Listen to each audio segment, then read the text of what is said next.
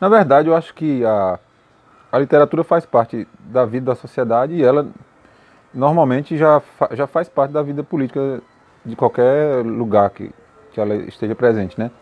É, tanto é que, se você for olhar historicamente assim, todas as ditaduras, e praticamente tudo que eu já li, né, os escritores são imediatamente acossados, são presos, são torturados, muitos têm que ir para o exílio para sobreviver.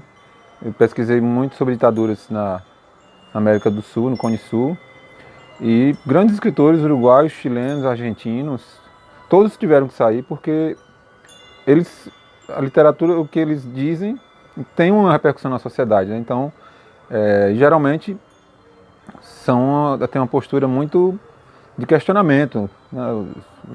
Um poema pode circular nas cadeias, pode ser decorado, né? E acontece muito, frases são escritas nas prisões e ela é muito mobilizadora, né?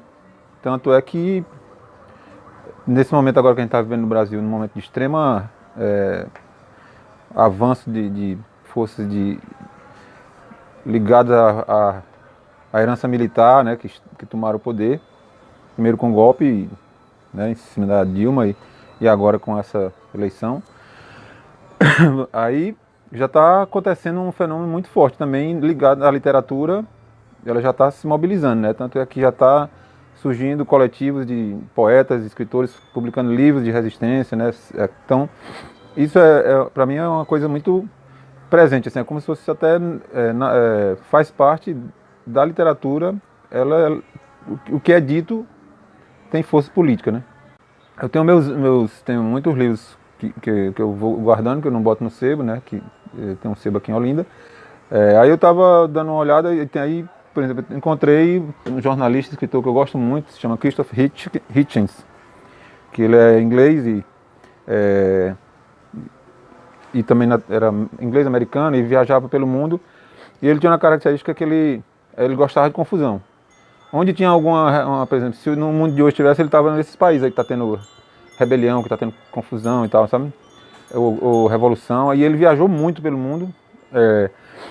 E ele tinha a característica de entrar sempre em contato com as forças de esquerda. Então ele conheceu a galera de Solidariedade no começo, conheceu a galera de vários países que eram revolucionários e depois conseguiram mudar o país. Aí tem um trecho aqui desse livro que eu achei incrível, porque como eu pesquisei sobre a ditadura na Argentina também, então foi uma ditadura foi muito de uma crueldade sem limites, assim, né? E um dos objetivos dele, quando ele vai para a Argentina, é entrevistar o Videla, Jorge Videla, que foi o primeiro ditador, né, da ditadura argentina, era de uma crueldade. Aí tem hora que ele fala: a maioria dos desaparecidos havia sido abertamente levados pelos carros Ford Falcon, não identificados pela Polícia Militar de Buenos Aires. Eu devia perguntar ao general o que exatamente acontecera a Cláudia Inês Grunberg, uma paraplégica incapaz de se movimentar sozinha, que havia sido vista nas mãos dessas forças sempre vigilantes. Aí essa descrição dele encontrando com o Videla, que é incrível isso aí. Levado à presença de Videla, justifiquei minha educação e formalidade, dizendo a mim mesmo que não estava ali para fazer afirmações, mas para elucidar fatos. Tem uma fotografia do encontro que ainda me faz querer vomitar. Lá estava o assassino, torturador e explorador do estupro, como se ilustrando um seminário sobre a banalidade do mal. Magro até os ossos e de aparência medíocre, com um bigode farto, ele parecia a todo mundo um cretino interpretando uma escova de dente. Eu aperto sua mão de uma forma muito afetada e sorrio como se realmente estivesse encantado com a apresentação. Ansioso para apagar essa humilhação, esperei enquanto ele seguia o roteiro previsto de modo quase pedante, descartando as supostas, mas sem dúvida lamentáveis desmaterializações que estariam afetando seu comportamento. Então perguntei sobre a senhorita Grunberg, essa tetraplégica que foi levada e virou desaparecida, né?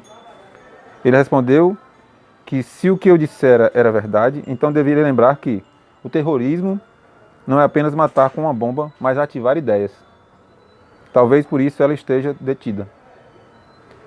Expressei espanto com a resposta e, evidentemente, pensando que eu não compreendera pela primeira vez, Videla se estendeu. Consideramos um grande crime agir contra o estilo de vida ocidental e cristão. O perigo não é apenas aquele que joga bombas, mas o ideólogo. eu podia ver atrás dele um ou dois de seus assessores mais perspicazes, olhando para mim com clara hostilidade, enquanto se davam conta de que o general, el presidente, cometera um erro ao falar tão sinceramente. Depois descobriria que estava sendo seguido na cidade, o que me criou vários momentos de medo. Ele estava sendo seguido na... Em resposta a uma pergunta seguinte, Videla negou enfaticamente, rotundamente, está detendo Jacob Timerman como jornalista ou judeu. Que nesse momento estava preso um jornalista famoso na Argentina, Jacob Timerman. Enquanto tínhamos aquele diálogo surreal, eis o que Timerman ouvia dos seus carcereiros provocadores. Que aí Timerman, tempos depois, escreveu um livro sobre o que ele viveu na prisão, né? Prisioneiro sem número, prisioneiro sem nome, cela sem número. A Argentina tem três inimigos principais. Karl Marx, porque tentou destruir o conceito de cristão de sociedade. Sigmund Freud, porque tentou destruir o conceito cristão de família. E Albert Einstein, porque tentou destruir o conceito cristão de tempo e espaço. Aí esse escritor é maravilhoso, porque ele saiu viajando pelo mundo escrevendo sobre, né, o que estava acontecendo, e ele tem uma visão muito crítica. Então, aí tem vários escritores, né, que... Aí tem essa Anna Akhmatova, que ela era escritora russa, e aí ela viveu na época de Stalin e tal, e ela meio que... Aí ela teve o marido dela, teve problemas, né, com o regime, depois o filho dela foi levado para uma prisão assim, e ela vai escrevendo, e ela vai descrevendo todo o sofrimento que ela vivia, né, e aí tem uma cena, tem um dos poemas que ela tá na frente, e ela já era meio conhecida assim, e ela teve uma hora que ela foi proibida de publicar, né? E até de escrever ela tinha dificuldade de ter papel, essas coisas. Tanto que ela salvou muitas coisas da poesia dela, que ela decorava, aí marcava com a amiga dela numa praça, aí começava a repetir o poema, a amiga decorava, e aí ela conseguiu ir salvando os poemas de memória. E quando passou o regime, né, do Stalin, né? Aí a obra dela começou a ser publicada. Aí tem uma cena que ela está na frente de uma prisão, que é uma prisão terrível, assim, sombria, aquele frio e tal, que ela sempre ia para encontrar o filho. Aí vem uma senhora assim, aí tem aquela cena, aquele monte de mulher assim, ela descreve a cena poeticamente. Aí tem uma mulher que chega para ela assim, aí bate assim nela e diz: "E essa cena, a senhora consegue contar?" Escrevendo um romance, um conto, às vezes você diz muitas coisas que afetam as pessoas, né? E eles se preocupam muito com isso, né? Tanto é que, nesse momento agora, uma coisa que eles estão se preocupando, né, esse governo fascista que assumiu, é mexer com a educação, né? Porque aí eles vão formatar o que eles querem formatar, né? Tem, digamos assim, três vertentes da minha escrita que eu acho que é quando eu comecei a trabalhar, eu comecei pesquisando sobre a ditadura aqui no Brasil, em 64, e aí eu comecei a encontrar muitos documentos, e né, foi o meu trabalho de conclusão do curso, que virou um livro sobre um militante mineiro, Zé Carlos da Mata Machado, que foi assassinado no Recife em 73, e teria morrido originalmente num suposto tiroteio, mas aí várias pessoas tiveram conexões na época que levaram a crer que não houve esse tiroteio. Teria sido um tiroteio na Caxangá, ninguém viu esse tiroteio. Um amigo da família no outro dia foi no lugar, não tinha marca de nada, ninguém não tinha visto. E de fato, depois de um tempo, soube que o irmão dele, o cunhado dele era infiltrado na organização dele. Então ficou infiltrado durante muito tempo. Então muita gente caiu, como eles diziam na época, porque esse cunhado estava trabalhando para a repressão, né? Se chama Zé o livro. E aí eu fiquei muito impressionado com o que era que acontecia, o que é que acontece na ditadura. Assim. Entrevistei muitas e muitas pessoas que eram parentes, ou então amigos, ou então um conhecido que davam hospedagem pro cara. Daqui a pouco chegava os caras, levava e tortura e tal, porque deu hospedagem, ou porque... E ele passou fome em Fortaleza, passou muita dificuldade, assim, né? Bom, aí eu publiquei esse livro e depois... Sim, a família conseguiu depois resgatar o corpo dele, que chegou em Minas, com a única exigência de que o caixão não podia ser aberto. Dá para entender o que aconteceu, né?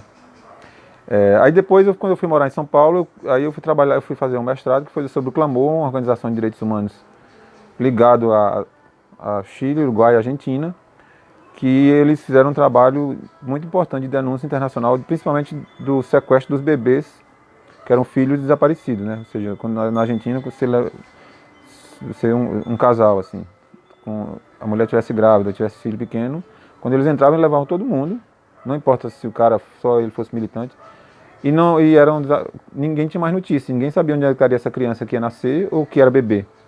E houve uma espécie de comércio dessas crianças que ficaram em lista de espera dos militares, algumas eram vendidas. E aí esse grupo chamado Clamor denunciou internacionalmente isso, e aí eu entendi como é que... Aí eu, na verdade, fui pesquisar sobre como é que as organizações, na época, se articularam para defender os direitos humanos. Organizações do Uruguai, Chile, Argentina e Brasil. Aí foi uma coisa super bonita.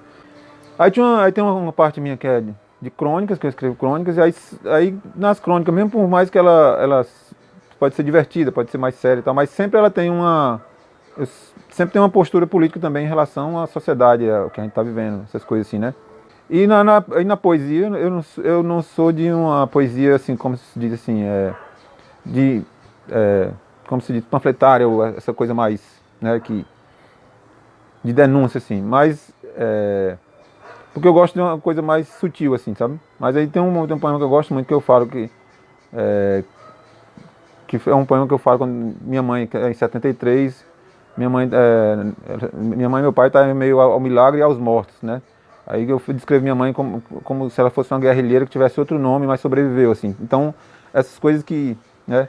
E tem um poema meu longo, que se chama Tempo de Vidro, que esse é bem mais direto, assim, que é, como ele é muito longo, aí tem hora que é como se eu estivesse contando a minha vida por esse poema, né? Então aí eu estive na cela com o Honestino, estive nesse lugar com, sabe, com todas as pessoas com o universo que eu pesquisei, né?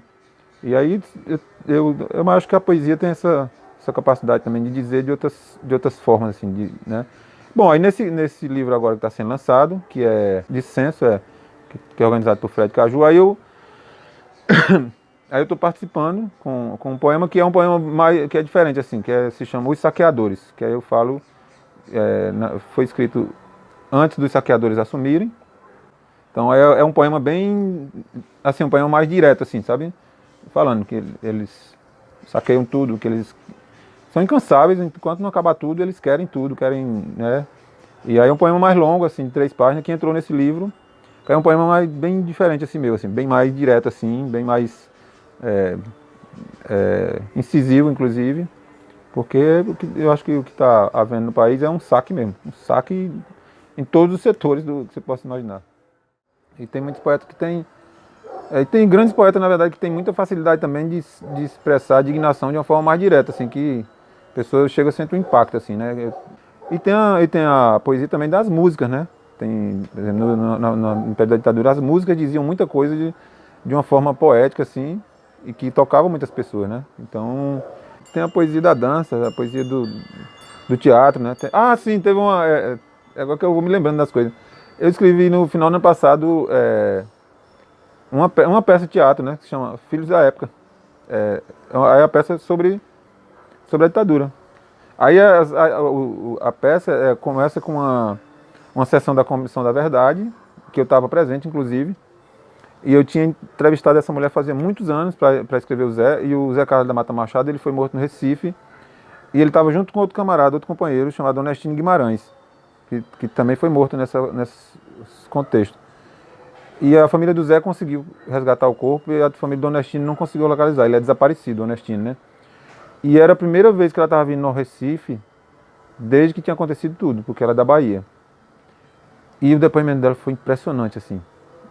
Uma coisa emocionante, porque ela falava bem pausadamente, bem poeticamente, assim, dizendo que era a primeira vez que estava ali e que em algum lugar da cidade, em algum lugar dessa terra aqui, estava o resto mortal do Honestino. Foi lindo, assim, foi muito forte, assim, né? Ela dizendo que o sentimento dela era inexplicável, porque onde ele estaria, né? Aí ela leu um trecho da filha dela com o Honestino. Quando o Honestino morreu, ela estava grávida, e ela é filósofa hoje em dia na USP, a filha dela. E a filha dela escrever um texto assim, do ponto de vista filosófico sobre a ausência. Ela falava como seria o abraço do pai dela, como seria o cheiro dele. Nossa, aí ela leu esse trecho, aí depois leu um trecho da neta dela, falando também disso, assim. Aí, aí a primeira cena da peça é essa história, assim. E aí eu também fui botando várias histórias que eu vivi, porque eu entrevistei muita gente, né, para fazer os 2 livros. E aí teve um cara que, lá em Minas, que eu comecei a entrevistar com ele, assim, fazer entrevista com ele. E eu já sabia o que ele tinha vivido, ele sofreu muito porque ele achou que foi culpa dele, que ele não fez as coisas certas, que montaram um esquema para Zé fugir e deu errado. Mas tinha um cara infiltrado, né? Mas ele achava que tinha feito alguma coisa errada, e isso levou um sofrimento. Aí foi preso e tal, foi torturado também. Aí, só que quando eu comecei a entrevista, ele estava conversando assim, como se fosse assim, não, aí eu fui preso, não sei o que mais lá, e depois E eu achava muito estranho, entendeu? Era como se aquilo ali tinha alguma coisa errada, assim, como se ele tivesse numa superfície, assim, e talvez... Aí tava fazendo muito frio, aí eu disse, era Quincas o nome dele, Joaquim Martins. O Quincas, aí eu parei o gravador assim, e não foi artimanha de nada, assim. Eu disse, Quincas, tu tem uma cachaça não, que eu tô morrendo de frio. Aí ele, meu Deus, você é dos meus, assim, só acredita aí. Aí abriu um armário imenso, assim, cheio de cachaça, assim, todos os tipos de cachaça mineira, assim. Aí a gente tomou uma dose, assim, não foi o efeito da bebida. Tomou uma dose, aí pronto. Aí ele começou a falar. Realmente. Aí ele me relatou uma cena que ele estava preso, ele já tinha sido torturado e tinha esse negócio, né? A pessoa era torturada e aí voltava para a cela, depois era levada de novo, e aí teve uma hora que ele é chamado assim, aí quando ele chegou lá pro local, aí o cara, não, cara, não é esse cara não, é outro, você trouxe o cara errado, assim. Aí ele ficou assim, aí ele, não era ele, entendeu? Que ia ser torturado. Aí ele, uma mistura de alívio e ao mesmo tempo, aquele sentimento de que vem outra pessoa ser torturada no meu lugar, entendeu? Assim, como se fosse, que é uma sensação totalmente perturbadora, né? Aí acho que a peça foi uma soma de várias entrevistas que eu fiz, assim, do período, e são várias cenas, e se chama Filhos da Época. Aí eu acho que talvez depois do carnaval tem um pessoal de teatro que tá querendo fazer uma leitura, sabe?